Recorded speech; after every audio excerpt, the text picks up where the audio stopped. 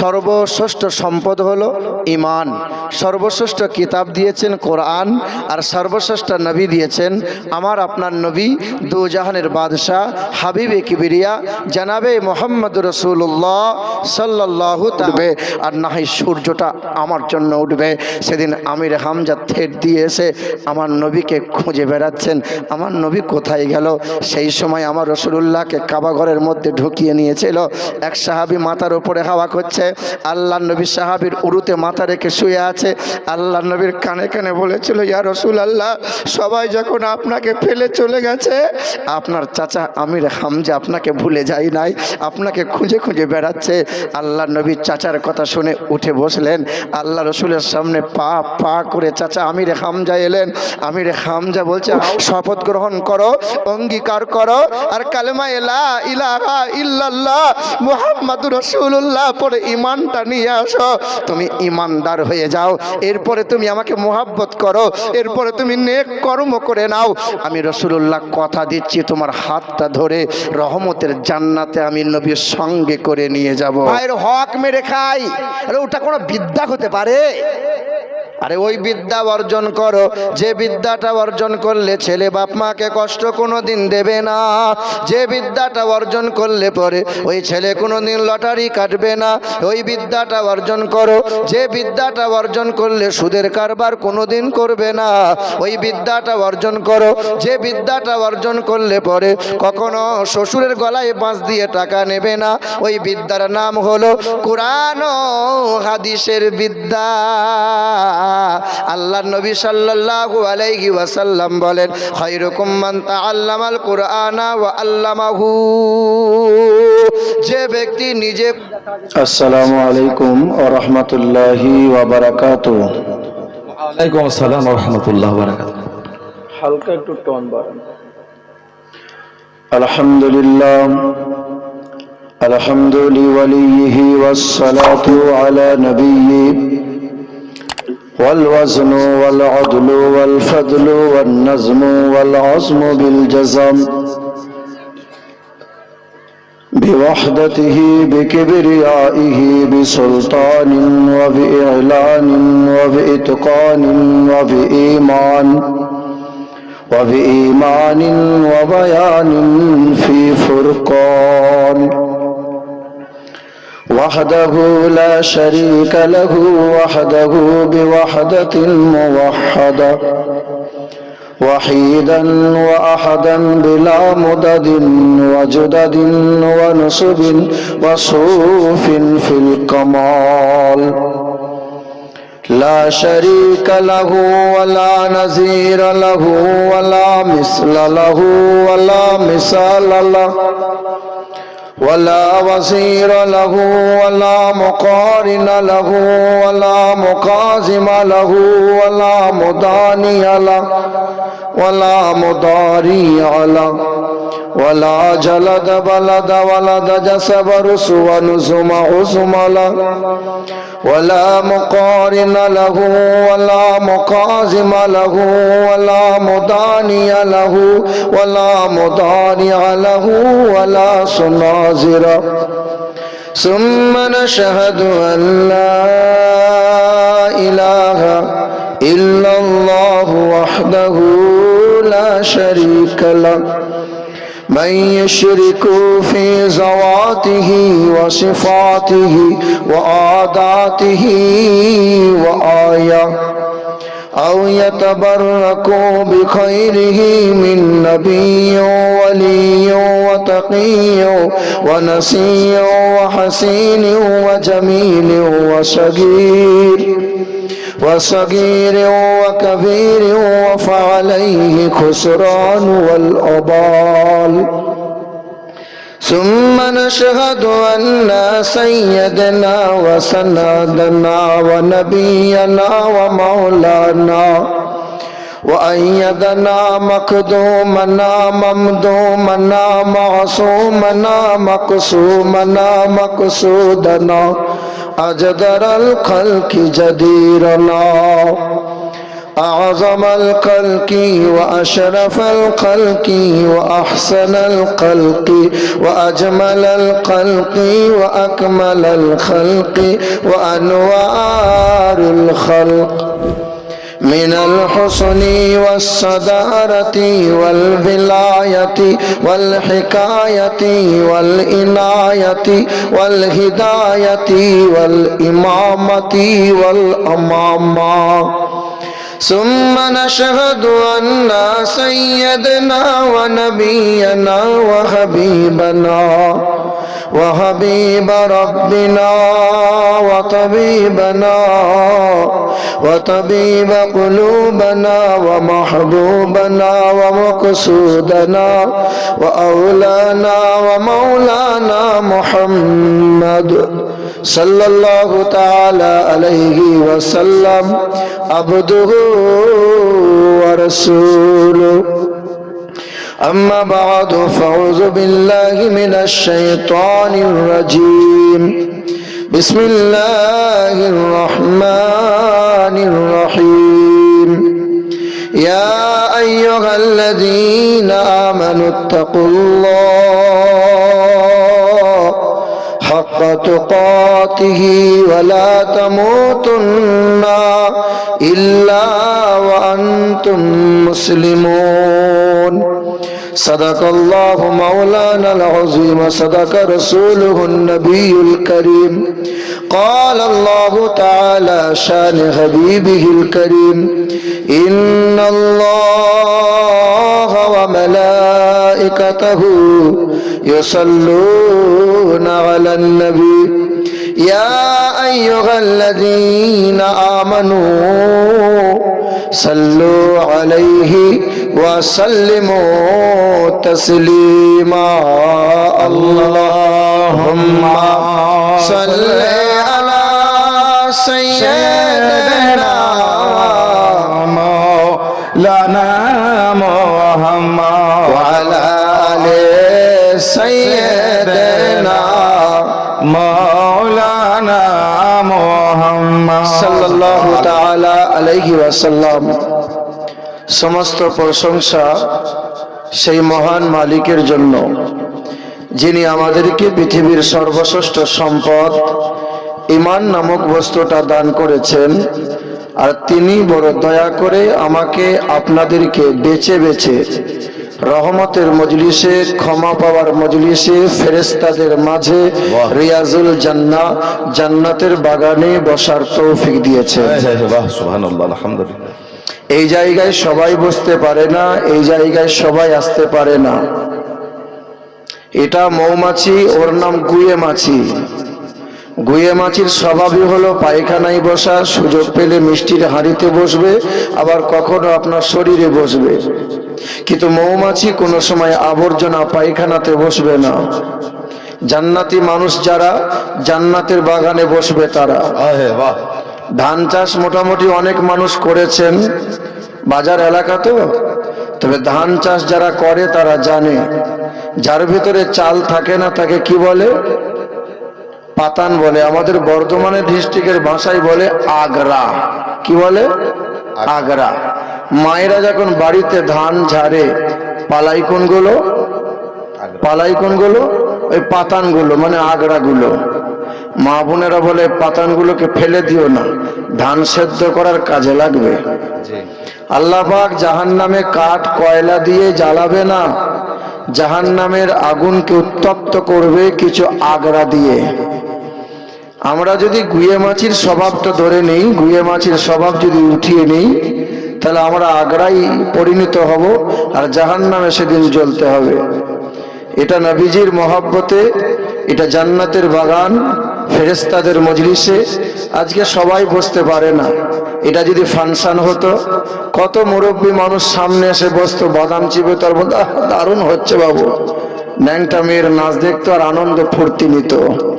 এই বাবাজিরা, ভাইরা আমার, স্বভাব তৈরি করো তো মৌমাছির মতো স্বভাব করো। আমার শিক্ষিত মুসলমান, তবে মনে হচ্ছে আপনাদের এলাকায় পুরুষের মানুষের সংখ্যা খুব কম, মা বোনেদের সংখ্যা খুব বেশি। আল্লাহ পাক রব্বুল আলামিন পুরুষের মর্যাদা সবচেয়ে বেশি দিয়েছেন না নারীর মর্যাদা বেশি দিয়েছেন? কার? আচ্ছা বলতে, এই দেখো বলছে পুরুষ। হ্যাঁ, এটা ফাংশন নয়, উদুম বলে দিলে চলবে না। আল্লাহ পাক রব্বুল আলামিন নারীর মর্যাদা বেশি দিয়েছেন। ইসলামে নিজের জীবন ইসলামের জন্য, নবীর জন্য সবচেয়ে আগে প্রথমে যে ব্যক্তিটা নিজেকে উৎসর্গ করেছিল ওই ব্যক্তিটা পুরুষ ছিল না নারী? জানা আছে কি নাম? না, তার নাম হচ্ছে হযরতে মা সুমাইয়া রাদিয়াল্লাহু তাআলা আনহা। ইসলামের জন্য, নবীর জন্য সবচেয়ে বেশি নিজের ধনদৌলত বিলিয়ে দিয়েছিল সর্বপ্রথমে ওই ব্যক্তিটা পুরুষ ছিল না মহিলা? মহিলা। তার নাম ছিল আম্মাজান খাদিজাতুল কুবরা।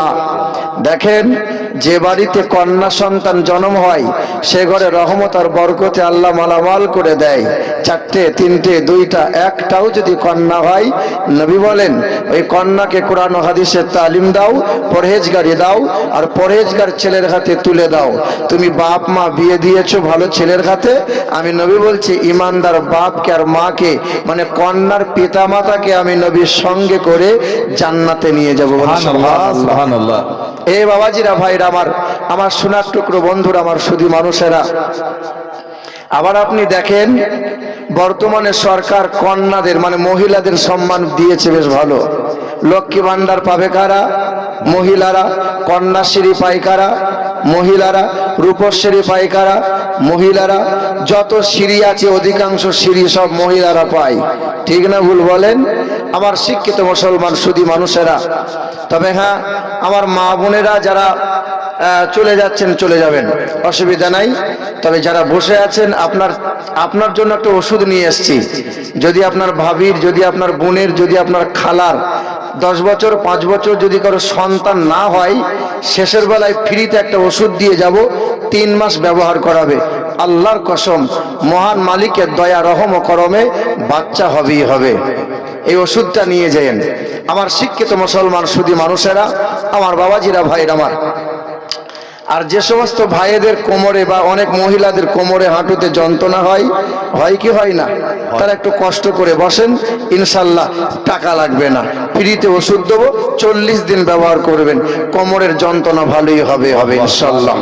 আমার শিক্ষিত মুসলমান সুধী মানুষেরা, আমার মায়েরা এবং বোনেরা, আল্লাহ পাকের দয়া, আল্লাহ পাকের অনুগ্রহ। আচ্ছা, মা বোনেরা চলে যাচ্ছে কারণ না, ওই খাবার খাওয়াচ্ছে, যেনারা খাচ্ছেন দয়া করে খাবার খেয়ে চলে যাবেন না, আসবেন। আচ্ছা, না এলেও অসুবিধা নাই। আমার শিক্ষিত মুসলমান, আমার সুধী মানুষেরা, আমার বাবাজিরা, ভাইরা আমার, আল্লাহ পাকের দয়া, আল্লাহ পাকের অনুগ্রহ, আল্লাহ পাকের শান্তি ধারা আমাদের সকলের উপর বর্ষণ হোক। জোরে বলি আল্লাহুম্মা আমিন। আল্লাহুম্মা আমিন। মুসলমানের জন্য সর্বশ্রেষ্ঠ সম্পদ হলো ঈমান। সর্বশ্রেষ্ঠ কিতাব দিয়েছেন কোরআন, আর সর্বশ্রেষ্ঠ নবী দিয়েছেন আমার আপনার নবী, দু জাহানের বাদশাহ, হাবিবে কিবরিয়া, জনাবে মুহাম্মদ রাসূলুল্লাহ সাল্লাল্লাহু তাআলা আলাইহি ওয়াসাল্লাম। সেই মহান মালিকের দরবারে মুক্ত কণ্ঠে উচ্চ স্বরে সকলে আওয়াজ করে বলি আলহামদুলিল্লাহি রাব্বিল আলামিন। আলহামদুলিল্লাহি রাব্বিল আলামিন। শতকোটি দরুদ আর সালাম মক্কার মতি, মদিনার জ্যোতি, দুই কুলের সাথী, উম্মতের কান্ডারি, আমার আপনার নবী, দু জাহানের বাদশাহ জনাবে মুহাম্মদুর রাসূলুল্লাহ সাল্লাল্লাহু তাআলা আলাইহি ওয়াসাল্লাম। উপস্থিত জ্ঞানী গুণী সম্মানীয় উলামায়ে কিরামগণ, সম্মুখে বসে থাকা মুরব্বী বাবাজিরা এবং মা ও বোনেরা, সকলকে সেই নিয়মিতভাবে সম্ভ্রম, শ্রদ্ধা, শুভেচ্ছা।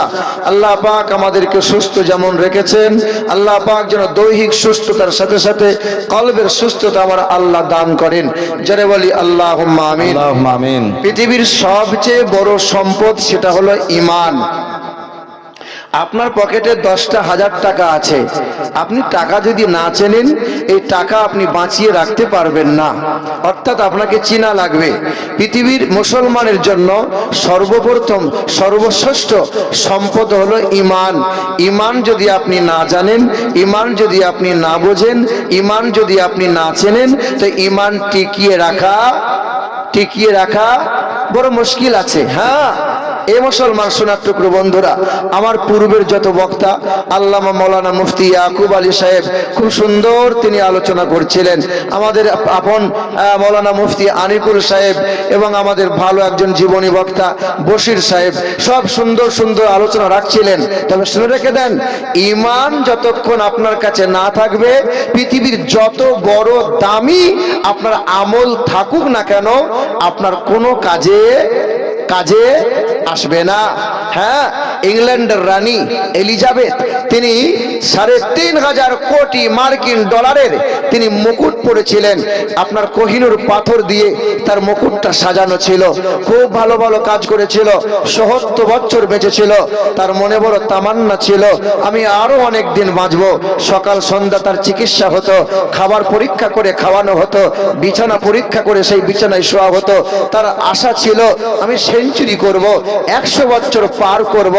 কিন্তু শুনে রেখে দেন, ৭০ বছর পার হয় নাই। মানুষটা বেঈমান ছিল, খ্রিস্টান ধর্মের অনুসারী ছিল, অনেক ভালো কাজ ছিল, কিন্তু ঈমান না থাকার জন্য তার জন্য জান্নাত নাই। কিন্তু শুনে রেখে দেন, সেই রাসূলুল্লাহ সাল্লাল্লাহু তাআলা আলাইহি ওয়াসাল্লামের কাছে এলো, খবর পাওয়া গেল যে একজন দেহ ব্যবসা করে, একজন মহিলা বিশ্বাগিরি করে। যে মহিলা রাস্তা দিয়ে যাচ্ছিল, ইমানদার ছিল মহিলা, তেমন হয়তো নেক কাজ করে নাই, তেমন হয়তো পুণ্যের কোনো কাজ করে নাই। ওই মহিলা দেখতে পেয়েছে রাস্তার ধারে একটা কুকুর হাঁপাচ্ছিল, অসুস্থ অবস্থায় পড়ে আছে। নিজের ওড়নাটা কুয়াতে ফেলে ওড়না ভিজিয়ে দিয়ে কুকুরের জিহ্বায় নিচিরে নিচিরে পানি দিয়েছিল, কুকুরটা সুস্থ হয়ে উঠে চলে গেল। আল্লাহ রসুল বলেন, এই মহিলা বিশ্বাগিরি করে, এই মহিলা দেহ ব্যবসা করে, ইমানদার ছিল, শুধু একটা নেক কাজ করেছে, মহান মালিকের দরবারে পছন্দ হয়ে গেছে। আমার আল্লাহ পাক এই বিশ্বা মহিলা কাল ছিল, আল্লাহ তার গুনাহগুলো মাফ করে দিয়ে এই মহিলাকে জান্নাতি করে দিয়েছে। সুবহানাল্লাহ, সুবহানাল্লাহ। আল্লাহ রসুল বলেন, আমি যখন মিরাজ গেলাম দেখতে পেলাম একজন মহিলাকে কঠিন অগ্নিতে দগ্ধ করা হচ্ছে। আমি রাসূলুল্লাহ এসে বললাম, সাহাবারা বললেন, ইয়া রাসূলুল্লাহ আপনি কি মহিলাকে চেনেন? আল্লাহ রসুল বললেন, মহিলাকে খুব চিনা চিনা মনে হয়, অমুকজন মহিলা। সাহাবারা তদন্ত করে দেখলেন সেই মহিলার কি এমন কুকর্ম আছে যে জাহান্নামে জ্বলতেছে। খবর পাওয়া গেল ওই মহিলার বাড়িতে একটা বিড়াল থাকে, যে বিড়াল খেতে চাই কিন্তু মহিলা খেতে দেয় না, বিড়ালটাকে খাঁচায় বদ্ধ করে রেখে দেয়, বিড়ালকে ঠিক মতো সেবা করে নাই, বিড়ালটা কোন দিন অসুস্থ হয়ে মারা যায়। আল্লাহর নবী বলেন, এর নাম হলো ইসলাম। শুনে রেখে দাও, একজন মহিলা বিড়ালের সেবা না করার কারণে ওই মহিলাকে আমি দেখলাম জাহান্নামে জ্বলছে। আর একজন বিশ্বা মহিলা, একজন অপবিত্র নাপাক মহিলা শুধু একটা নেক কর্ম করে কুকুরের সেবা করেছে, আল্লাহ পাক তাকে জান্নাতি করেছেন। এ মুসলমান সোনার টুকরো বন্ধুরা, আমার সুধী মানুষেরা, পৃথিবীর জমিনে সর্বশ্রেষ্ঠ ধর্ম হলো ইসলাম, আর সর্বশ্রেষ্ঠ মহামানব হলেন দিন ও দুনিয়ার বাদশাহ জনাবে মুহাম্মদুর রাসূলুল্লাহ সাল্লাল্লাহু তাআলা আলাইহি ওয়াসাল্লাম। এখনো ইংল্যান্ডের ব্রিটিশ মিউজিয়ামে লেখা আছে, as a leader, as a teacher, as a father, as a lawmaker, Muhammad is the superman in the world. বিশ্বের জমিনে এক নম্বরে পিতা যিনি, এক নম্বরে শিক্ষক যিনি, এক নম্বরে নেতা যিনি, বিশ্বের জমিনে এক নম্বরে মানব জাতির কল্যাণকর্তা, তিনি হলেন দিন ও দুনিয়ার বাদশাহ জনাবে মুহাম্মদুর রাসূলুল্লাহ। এ মুসলমান সোনার টুকরো বন্ধুরা, আমার সুধী মানুষেরা, অর্থাৎ ঈমান যতক্ষণ টিকে আপনার না থাকবে, সব বক্তারা বলে কোরআন শরীফে কম বেশি ৮২ বার নাকি বলা হয়েছে নামাজ পড়ো নামাজ পড়ো। কোন বক্তা তো বলে না, কোরআন শরীফে ১০১ বার বলা হয়েছে ঈমান ঠিক করো। ঈমান যতক্ষণ সহি তোমার না হবে, তোমার নামাজ তোমার দরবারে কবুল, আল্লাহর দরবারে কবুল হবে না।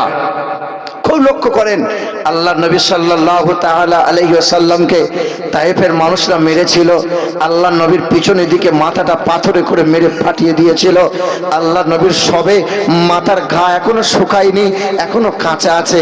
আল্লাহ নবী কাপড়টা জড়িয়ে দিয়ে, রাসূলুল্লাহ হজের মৌসুম ছিল, দেশ বিদেশের মানুষেরা মক্কার পাশে এসেছিল, কাবার পাশে হজে তাওয়াফ করতে এসেছিল।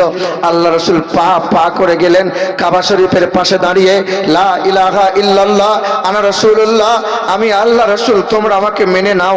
আল্লাহর পরিচয় দিচ্ছিলেন। দেশ বিদেশের মানুষগুলো আল্লাহর নবীর কোরআনী চেহারা আর পবিত্র বাণী শোনার জন্য সকলে দৌড়ে এসে আল্লাহর নবীর কাছে গোল করে ঘিরে ধরে বসে গেল। আল্লাহর নবী আল্লাহর পরিচয় দিচ্ছিলেন। আর ইসলামের সবচেয়ে বড় দুশমন, যার নাম ছিল আবু জাহেল, আমার নবীকে জনমের মতো মেরে ফেলবে বলে পিছনে পিছনে এসে মোটা একটা পাথর নিয়ে এসেছে। আল্লাহর নবীর মাথাতে সেই কাঁচা ঘায়ে আবার জোরে ঘা মেরেছে। আর আল্লাহর নবীর কাঁচা ঘা থেকে আবার টাটকা রক্ত পিচকিরি দিয়ে বেরিয়ে গেছে। আল্লাহ রাসূল লটকে জমিনে বেহুশ হয়ে পড়ে গেলেন। দেশ বিদেশের মানুষগুলো সবাই ভয়ে পালিয়ে গেল। আর বেঈমান আবু জেহেল হাসতে হাসতে চলে গেল। মুহাম্মদকে জনমের মতো শেষ করে দিলাম। ইসলাম প্রচার করার কেউ রইল না, ইসলাম প্রচার করার আর কেউ থাকলো না। সেদিন আল্লাহর নবী মরুভূমির বালুচরে কাবার পাশে আমার রাসূলুল্লাহ বেহুশ হয়ে পড়ে আছেন। আর আমির হামজা রাদিয়াল্লাহু তাআলা আনহুর ঘরের একজন দাসী, একজন মহিলা, কাজের একজন মেয়ে একটা কলসি নিয়ে কাবার পাশে কুয়া থেকে পানি আনতে এসেছে। কুয়া থেকে পানিটা তুলে দেখতে পেয়েছে যে আব্দুল্লাহর বেটা মুহাম্মদ সাল্লাল্লাহু আলাইহি ওয়াসাল্লামকে এমন করে মেরেছে যে মনে হচ্ছে যেন মুহাম্মদ মারা গিয়েছে। এই মুসলমান সোনার টুকরো বন্ধুরা, সেদিন দাসীটা পা পা করে গিয়েছে আমির হামজার বাড়ির দরজার কাছে আওয়াজ দিয়ে বলেছেন।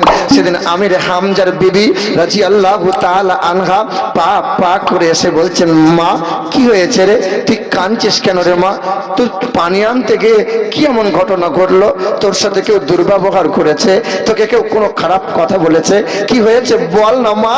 সেদিন আমির হামজার দাসীটা কেঁদেছে আর বলেছে, মা আমার সাথে কেউ দুর্ব্যবহার করেনি, আমাকে কেউ কোনো মন্দ কথা বলেনি।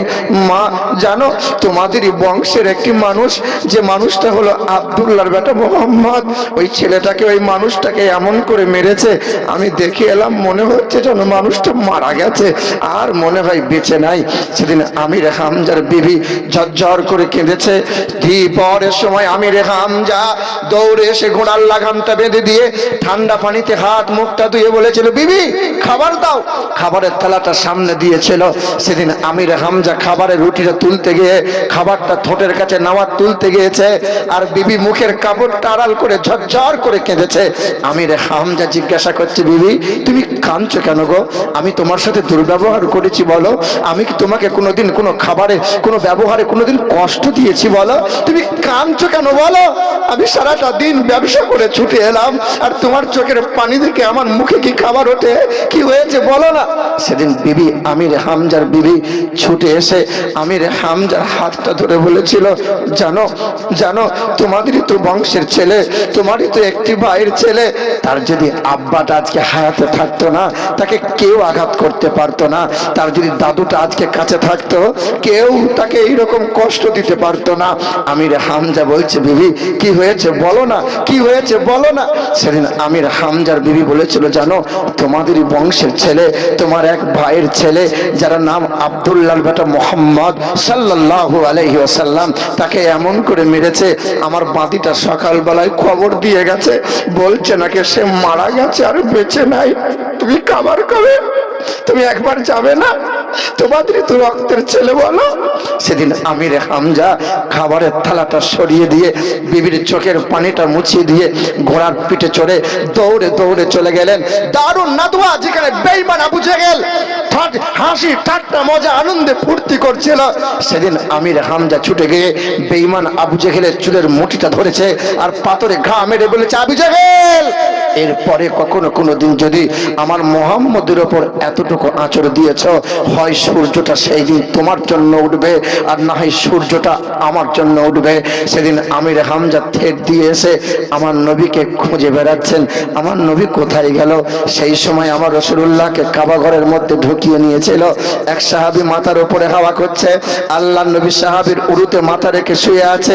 আল্লাহ নবীর কানে কানে বলেছিল, ইয়া রাসূলুল্লাহ, সবাই যখন আপনাকে ফেলে চলে গেছে, আপনার চাচা আমির হামজা আপনাকে ভুলে যায় নাই, আপনাকে খুঁজে খুঁজে বেড়াচ্ছে।